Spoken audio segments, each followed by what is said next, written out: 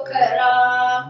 अनते पद प्रकाश के दायक सतगुरु राम। अनंत कोटि जन सहाय के ताय करो प्रणाम। सतगुरु को रे को शब्द मन कोई ले मान। तो सहज होत है संत दास मुश्किल सुआसान। भक्ति भक्त भगवंत गुरु चतुर नाम बहु एक। जिनके पद रज परस नासत विघ्न अनेक। सब धरती कागद करो सब वन कलम कटाय। सात समुद्र शाही करो सतगुरु गुण विचार जाय। राम राम राम राम। आप सभी के अंदर विराजमान परमात्मा के पावन चरणों में प्रणाम। राम राम। आनंद श्री सदगुरु सुखराम जी महाराज की अणबे वाणी बेली ग्रंथ अमृतसार चल रहा है। महाराज बेली ग्रंथ के माध्यम से फरमा रहे हैं, लांग्या सब सूत निरंजन राम। तबे हरि आप अरूपी धाम। जहाँ सुख दुख नहीं को चैन। सुने नहीं बात कही नहीं सैन। ईशो अद्भुत तमाशो जान। लगा ऐसे ध्यान थकी सब बाण। कहूँ एक भेव अनूप संभाल। माया अंश विलंब चोई सुनाल। थके 10 अंग पयालु माए। तबे शारंग पलट्यो आय। जमी पे रंग रहे सत जान। बखानो पीठ प्रीतम ठान। लंग्या सब देव 21 लोक। थक्या 10 अंश पायो हंस पोख। रयो रंग एह सफेद कहाय। गरजे गहन तप्यो बहु आय।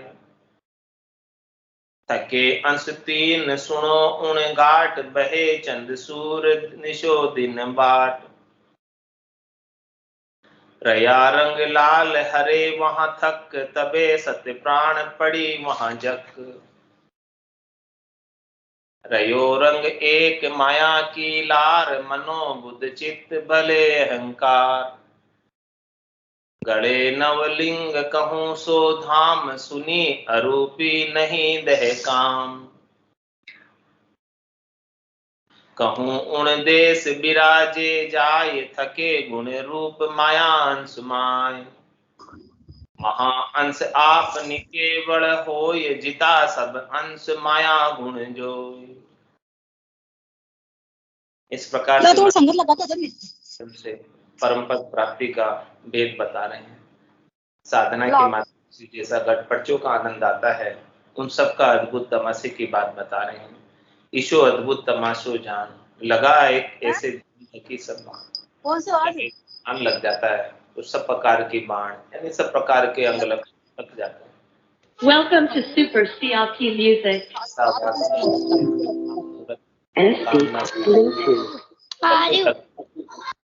ऐसा महाराज वेद की बात बता रहे हैं। जल्दी पकड़ पूछी क्या चालू है। सारा जो उसका सारा जो कार्यकलाप है देही का, वो सब थक जाता है। देही से सुख लेने की इच्छा, स्थूल शरीर से, सूक्ष्म शरीर से, कारण शरीर से, महाकारण शरीर से जो भी सुख लेने की इच्छा है वो सब थक जाती है। ऐसा महाराज आनंद की बात बता रहे हैं कि लगा ऐसे ध्यान थकी सब बाण। और कहूं एक भेव अनोप संभाल। माया अंश विलंब चोई सुना। ऐसा भेद की बात बता रहे हैं अनुपम कि जब ऐसा ध्यान लग जाता है तो 2400 नालों के अंदर माया का अंश समाप्त हो जाता है। माया से सुख लेने की इच्छा समाप्त हो जाती है। माया की चाहना मिट जाती है और परम आनंद को प्राप्त हो जाता है। और थके 10 अंग पयालु माय तबे शारंग पलट्यो।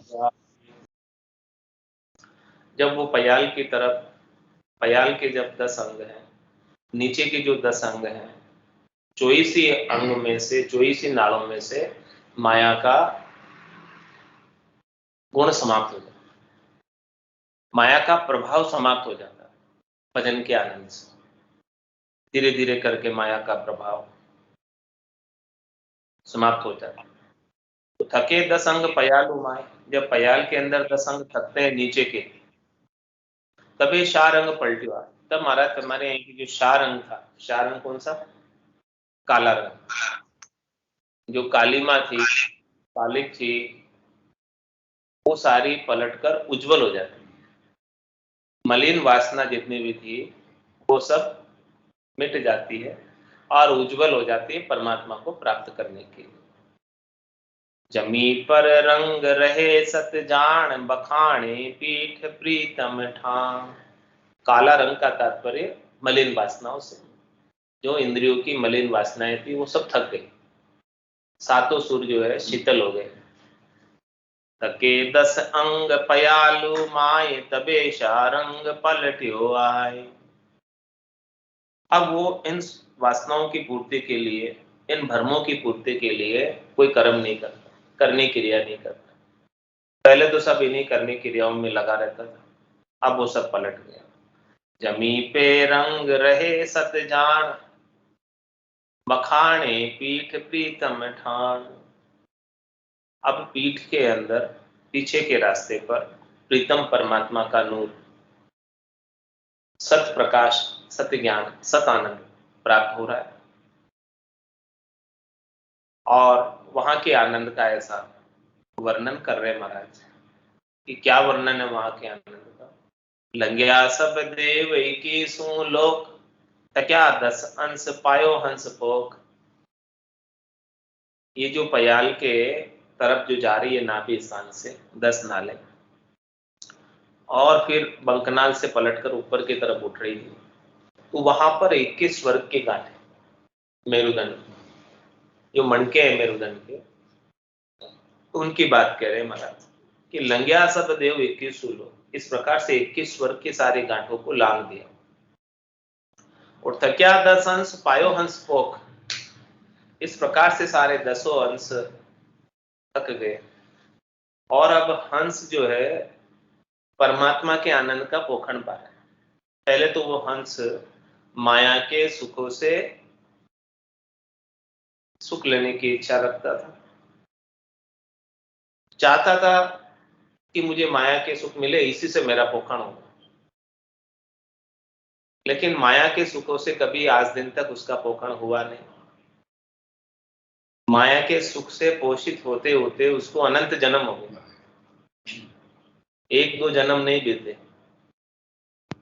आज दिन तक ये पोषित नहीं हुआ। क्योंकि माया के सुख है ही ऐसे, थोड़ी देर के हैं, मिट जाने वाले हैं, खुट जाने वाले हैं, समाप्त हो जाने वाले हैं, क्षणिक है, नासवान है, थोड़ी देर में मिट जाते हैं, हमेशा नहीं रहता। इसीलिए हंस जो है सुख तो पा लेता है माया के, लेकिन उसका पोषण नहीं होता।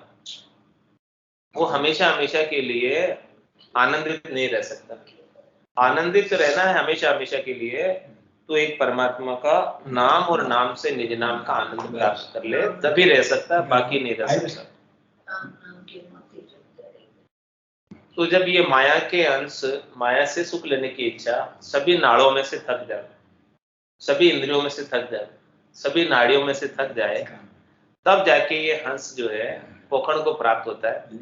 हाँ, और ये पोखण इसको, हंस को कब मिलता है, जीवात्मा को कब मिलता है, जब इसको निजनाम रूपी अन्न मिल जाए और राम नाम रूपी जल मिल जाए। ये जीवात्मा अनंत जन्मों से प्यासी है, भूखी, तो इसे निजनाम रूपी अन्न ही तृप्त कर सकता है, और वो हमेशा हमेशा के लिए तृप्त कर सकता है। संसार का जो भोजन है, प्रसाद है, वो तो जो है शरीर को तृप्त करता है, लेकिन शरीर कितनी देर तृप्त रहता है भोजन प्रसाद को पाकर। सुबह भोजन प्रसाद पाया, फिर दिन में भूख लग जाती, फिर दिन में पाया, शाम को भूख लग जाती, फिर शाम को पाया, सुबह फिर भूख लग जाती। कहाँ तृप्त होता है? लेकिन एक बार इस जीवात्मा को निज नाम का अन्न मिल गया तो वो हमेशा हमेशा के लिए तृप्त हो गई, हमेशा हमेशा के लिए तृप्त होकर ऐसे स्थान को प्राप्त हो गई, आनंद पद को, आनंद स्थान को, आनंद देश को, कि वहां से वापस आती ही नहीं है। वहां जाकर स्थिर हो जाती, चलाई मानता उसकी मिट जाती, उसकी चंचलता मिट जाती, 84 लाख जीवा जोन में भटकना मिट जाता। ऐसा उसको पोखर मिल जाता निज नाम के अन्न से। ये अन्न के अभाव में आत्मा भूखी रहती है और राम नाम के जल के अभाव में आत्मा प्यासी रहती है। तो ये भूखी प्यासी रहकर भटकती रहती है 84 लाख जीवा जोनों में, शरीरों में, कि कहीं उसे पोखर मिल जाए। इस चाह में भटकती है कि कोई ना कोई शरीर मुझे ऐसा मिले जिसमें मुझे पोखर मिले। लेकिन महाराज फरमाने कि नरदेही के अलावा ऐसा कोई शरीर नहीं है जिसमें ये जीवात्मा को निज नाम और नाम का पोखर मिल सके। तो ये नरदेही उसे जब प्राप्त होती है तब जाके ऐसी चीज बनती है, और ऐसी चीज बनती है तो परम पद को प्राप्त हो सकता है, परम आनंद को प्राप्त हो सकता है। तो लंग्या सब देव की सु लोक, थक्या 10 अंश पायो हम पोख। ऐसे हंस को पोख मिला, हंस ने ऐसा पोखण पाया निज नाम का, और पोखण पाने से, ऐसा आनंद पाने से माया के सब हंस थक गए उसके। रयो रंग एह सफेद कहाय, गरजे गहन तप्यो भो आय। अब जो है काला रंग तो यानी वासनाओं का रंग तो, विकारों का रंग तो मिट गया, पलट गया। अब कौन सा रंग हो गया? रयो रंग एह सफेद कहाय। ये जो आनंद प्राप्त हो रहा है, आनंद का रंग कैसा है? औरा जो बन रहा है, इस औरे का आभा मंडल का रंग कैसा है? आभा मंडल का रंग व्हाइट है, सफेद है, गोल्डन है, देदीप्यमान है, प्रकाशमान है। तो रयो रंग एह सफेद कहाय, उजाले वाला है, अंधकार वाला नहीं है। तो गरजे गहन तप्यो भो आय। अब जो ये पूरी गहन है, ये पूरी धरती गर्जना कर रही है, पूरा ब्रह्मांड गर्जना कर रहा है, और वो ब्रह्म का तेज बहुत तप रहा है उसके ऊपर, उसे बहुत आनंद प्रदान कर रहा है ब्रह्म का तेज से। तो ऐसे ब्रह्म के तेज में देखो क्या आनंद होता है और कैसी स्थिति होती है। थक्यो अंश 3 सुनो उन गाठ, बहे चंद सूर निशो दिन बाट। अब वहां पर जो है माया के 3 अंश और थक जाते हैं। थके अंश 3 सुनो उन गाठ, वहां पर माया के 3 अंश कौन से थक जाते हैं? रजोगुण, तमोगुण और सतोगुण। ये तीनों गुणों से सुख लेने की इच्छा समाप्त हो जाती है, गुणातीत हो जाते, गुणों से परे हो जाते हैं। तो थके अंश 3 सुनो उन गाठ, और बहे चंद सूर निशो दिन बाट। अब जो है उस रास्ते पर चंद्रमा और सूर्य यानी चंद्र नाड़ी और सूर्य नाड़ी रात दिन बहती, और बीच में सुखमणा बह रही, कीड़ा पिंगला चुचमणा, उसमें से अमृत जर रहा है।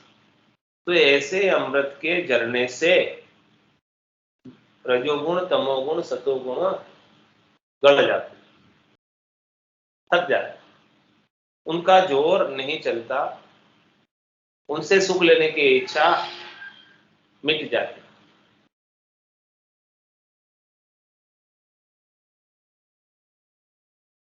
रया रंग लाल हरे वहां थक, तबे सत्य प्राण पड़ी वहां जग।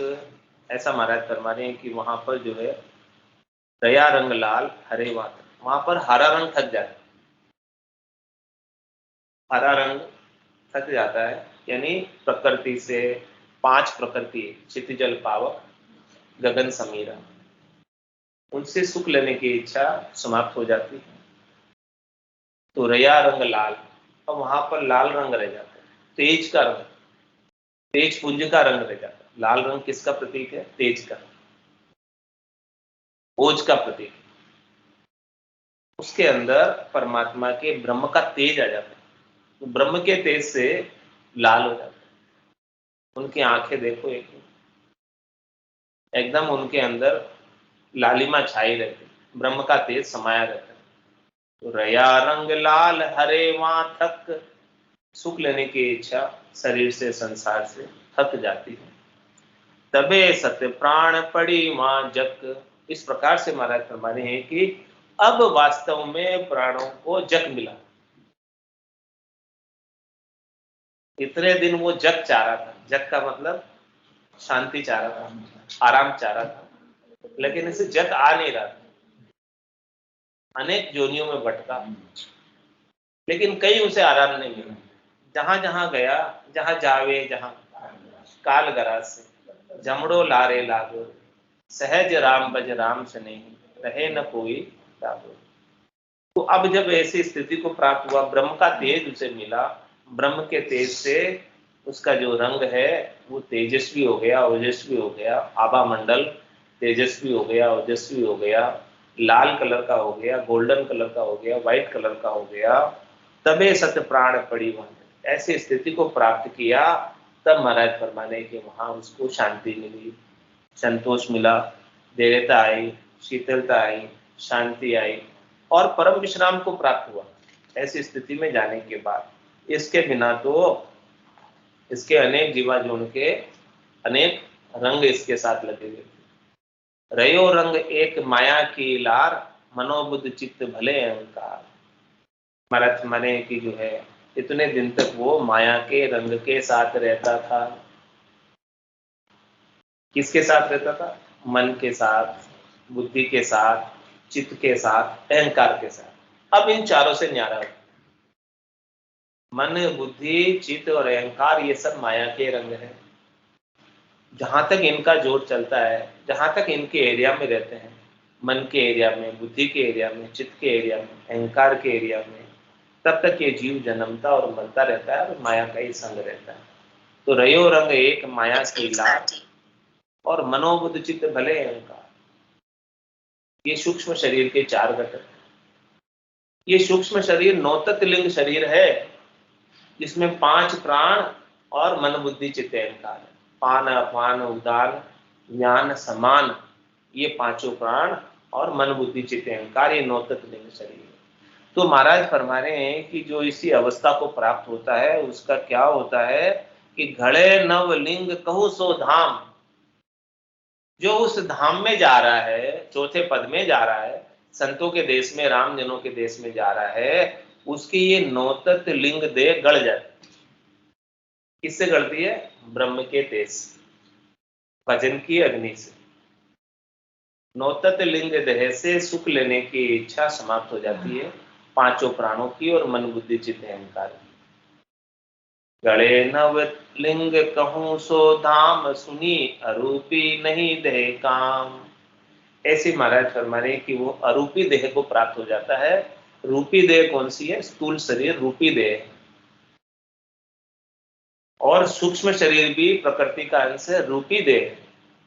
कारण शरीर भी रूपी देह, महाकारण शरीर भी रूपी देह। इन चारों देह से अलग सब देह गड़ जाती है। चारों काया के वस्त्र ये जीवात्मा उतार देती है और सत वस्त्र सत जल से स्नान करके सतलोक में चली जाती है। सुनी अरूप नहीं देह काम। अब वहां पर महाराज फरमाने की ऐसी अरूपे देश को प्राप्त हो जाती है, अरूपे स्थान को प्राप्त हो जाती है, जहां पर रूप का कोई लेना देना, जहां पर रूप का बंधन नहीं। जब तक ये जीवात्मा रूप के अंदर है तब तक तो ये रूप से बंधी हुई है, और जिस दिन इसका रूप से बंधने का क्या तात्पर्य है कि शरीर से, संसार से, इंद्रियों से, वस्तुओं से सुख लेने की इच्छा ही रूप से बंधना है।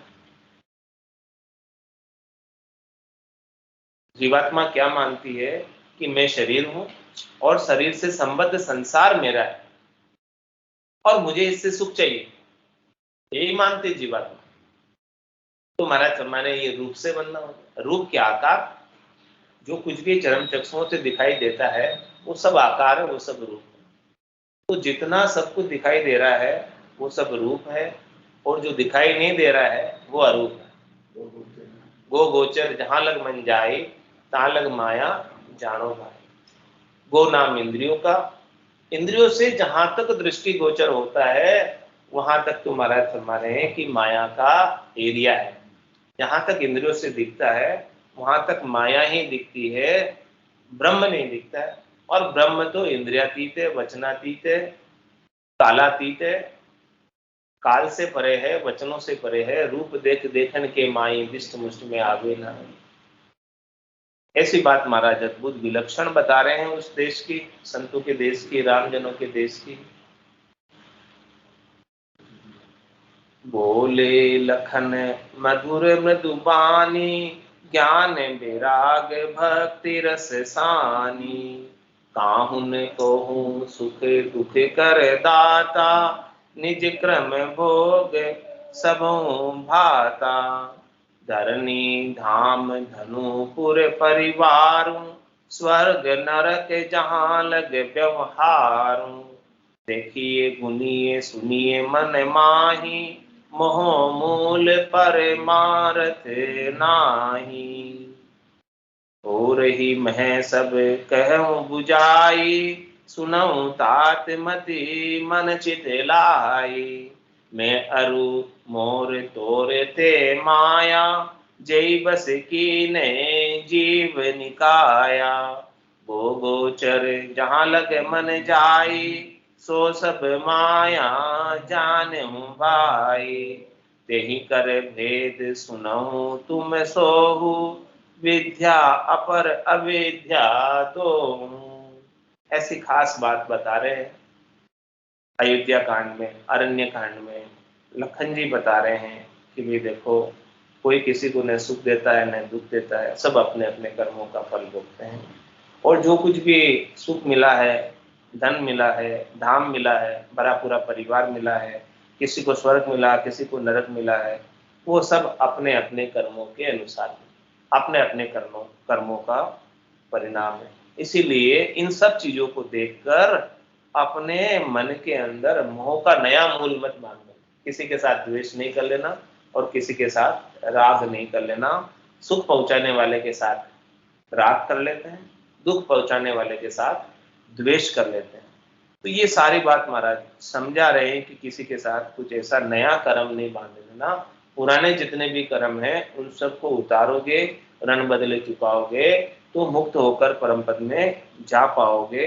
और ये थोड़ी मैं कह सबों बुझाई, थोड़ी सी के अंदर ये सारी बात कहकर बुझा दूं, बता दूं। सुनो तात मति मन चित लाई। हे तात, ये अपने मन को चित्त को लगाकर सुनो कि मैं और मोर तोरते माया, जो शरीर रचा हुआ है, मैं और तू सब माया के रचे। मैं और मोर तोरते माया, जय बस कीने जीव निकाया। और ये सब जो है बस में हो रहे हैं, शरीर के बस में हो रहे हैं, जिसके अंदर जीव है। ये जीव जब तक इस शरीर में रहता है तो शरीर के बस में रहता है, शरीर से सुख लेने की इच्छा करता है और जीव भाव में रहता है। जब तक सुख लेने की इच्छा कर रहा है तब तक जीव बना हुआ है, और जिस दिन सुख लेने की इच्छा छूट गई उस दिन जीव से शिव हो जाएगा। तो इसीलिए महाराज इस बात को समझा रहे हैं कि जब तक शरीर से सुख लेने की इच्छा रहेगी, इंद्रियों से सुख लेने की इच्छा रहेगी, मन से सुख लेने की इच्छा रहेगी, तब तक इसका जन्मना और मरना, जाना आना बना रहेगा। वो गोचर जहां लग मन जाए, इंद्रियों से जहां तक दिख रहा है और जहां तक मन की दौड़, जहां तक मन पहुंचता है, सो सब माया जानो। वहां तक माया का एरिया है, वहां तक माया का प्रभाव है। तो तेई कर भेद सुनो तुम सोहो, विद्या पर अविद्या दो। ये भेद महाराज फरमाने आप सुनो, ये भेद की बात है, खास बात है, रहस्य की बात है कि देखो विद्या और अविद्या ये दोनों है। विद्या पर अविद्या दो, विद्या के ऊपर अविद्या का पर्दा पड़ा। विद्या पर अविद्या दो, ज्ञान के ऊपर अज्ञान का। तो ज्ञान के पर्दे को जब तक हटाओगे नहीं तब तक ज्ञान प्रकट नहीं होगा। ज्ञान तो भीतर छिपा हुआ है, सूर्य तो है लेकिन बादल आड़े आ रहे हैं, इन बादलों को हटाना है। जब तक बादल हटेंगे नहीं तब तक सूर्य का प्रकाश दिखाई नहीं देगा। इसी प्रकार से महाराज शर्मा ने कि ये जीवात्मा है, ये परमात्मा का अंश है। ईश्वर अंश जीव अविनाशी, चेतन अमल सहज सुख राशि। ये चेतन है, अमल है, सहज सहज में सुख की राशि, आनंद की राशि है, लेकिन इसके ऊपर माया का आवरण आ गया। माया से सुख लेने की इच्छा हो गई, माया का पर्दा पड़ गया इसके ऊपर। और सद्गुरु क्या करते हैं, ज्ञान का बायरा बजाकर ये माया रूपी बादलों को हटा देते हैं।